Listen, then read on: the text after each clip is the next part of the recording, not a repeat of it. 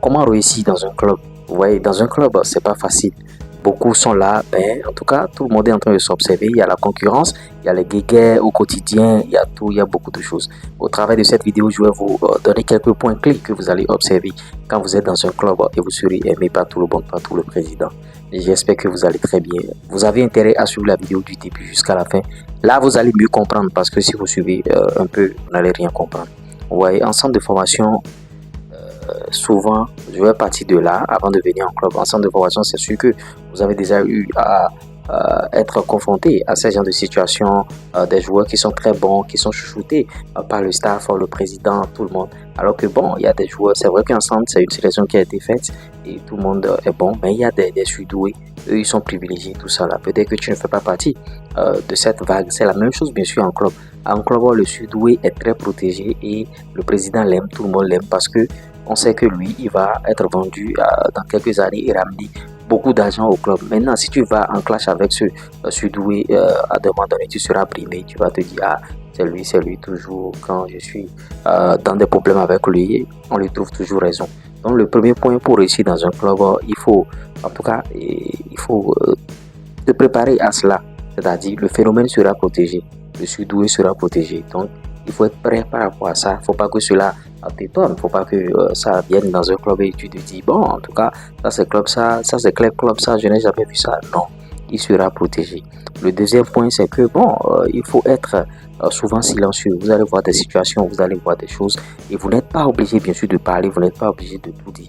Quand tu parles beaucoup, les gens vont t'écarter. Les dirigeants vont te voir comme un rebelle. On va se dire, ah, celui-là, bon, en tout cas, est-ce qu'il pourra jouer au football? Bon, il n'est pas là pour jouer au football, hein. Il est là pour bavarder, il est là pour crier. Parce que tout ce que tu vois, tu dis, tout ce que tu fais de clair. Les joueurs comme ça là ne réussissent pas dans leur carrière de footballeur parce que les gens aiment les gens qui ne bavardent pas beaucoup. Vous voyez? Et certains dirigeants peuvent même te confier des choses parce qu'ils sentent que, ah, ce gamin, il peut garder des secrets. Mais si tu es quelqu'un, tu bavardes matin, midi, soir, les gens vont te cataloguer, ils vont te classer. L'autre chose qu'il faut savoir, c'est bien sûr être en de bons termes avec les dirigeants au club. Si tu n'es pas en de bons termes avec les dirigeants au club, c'est fini, ta carrière est terminée. Il y a ce que ignorent beaucoup de footballeurs. Ils pensent que bon, je sais déjà jouer, c'est bon, même si je suis dans le club et bon, j'ai quelques prises de tête avec les dirigeants, c'est déjà bon, ce qui est sûr, ils vont toujours m'utiliser, je vais toujours jouer. C'est pas ça, c'est pas évident. Vous voyez? Parce qu'un dirigeant, je suppose que tu es dans des difficultés dans ce club, il y a un entraîneur qui n'aime pas ta tête, un dirigeant peut te recommander à un autre club. Voilà que toi, tu es déjà en clash avec tous les dirigeants presque et les dirigeants savent que tu ne respectes pas, tu es un gamin et tu n'as pas de bonnes habitudes, ils vont te classer automatiquement. Et tu vas commencer par souffrir, tu vas commencer par te plaindre, tu vas commencer par errer. On a vu des footballeurs qui étaient prédits à un bel avenir, mais du fait qu'ils ne sont pas en de bons termes avec les dirigeants, les Malou Balotelli et consorts, on a vu la suite, on a vu ce qui s'est passé. Donc, ne sois pas parmi ces footballeurs-là, sois respectueux. Même à la fin des séances d'entraînement, si il y a le chargé de matériel qui ramasse le matériel, aide-le à ramasser. Ça va créer un déclic à son niveau et peut-être qu'un jour, tu seras dans une situation délicate et c'est lui qui va te sauver. Le chargé de matériel, il ne faut pas négliger quelqu'un dans le club. Considère tout le monde. Ne néglige personne. Sois là en train de travailler. Donne-toi. Donne le meilleur de toi-même. Et tu verras qu'un jour, tu seras rehaussé, bien sûr. Tu vois. C'est un peu comme ça. Le dernier point, c'est la ponctualité. Les joueurs qui sont en retard chaque fois, les joueurs qui ne viennent pas à l'heure, c'est pas la peine. On ne le fait pas avec ces gens de joueurs-là. Vous n'êtes pas régulier, vous ne venez pas à l'heure. Allez, quittez le chemin. Allez chercher un autre club, c'est mieux. Parce que si tu n'es pas ponctuel, c'est vrai que dans les clubs, on fait des défalcations. Ça veut dire que toi, tu es en train de rater ta vie.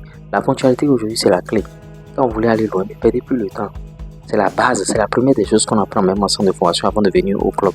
Maintenant, toi, tu viens, bon, tout le monde commence déjà la séance et c'est maintenant que tu pointes ton nez, c'est maintenant que tu viens en retard et bon, tu ne marches pas vite et tu fais la tête parce que quoi? Parce que bon, tu fais partie du projet du club, tu fais partie des joueurs considérés. Non, à une certaine période, les gens vont se lasser, les gens vont te jeter bien sûr du système. Donc, il faut faire beaucoup attention avec la ponctualité. Ne soyez pas en retard au séance d'entraînement, ne soyez pas en retard au regroupement de match. Une heure avant, soyez déjà là, avant le début de la séance d'entraînement. La séance est à 16h, à 15h, vous êtes déjà là. Pour prendre un peu la température, pour tâter un peu le terrain. Ne venez jamais à 5 minutes du démarrage d'une séance d'entraînement, ou bien à 4 minutes, ou bien à 3 minutes du démarrage. une heure avant, tu es là, tu es en train de tâter le terrain. Tu vois. Donc voilà les points que je tenais à clarifier avec toi. Comment réussir en club, comment réussir bien sûr dans un club. Vous voyez, intégration, tout le monde, j'ai tout mis ensemble. Likez, partagez, abonnez-vous. Et en tout cas, on revient tout à l'heure pour d'autres contenus. Ciao.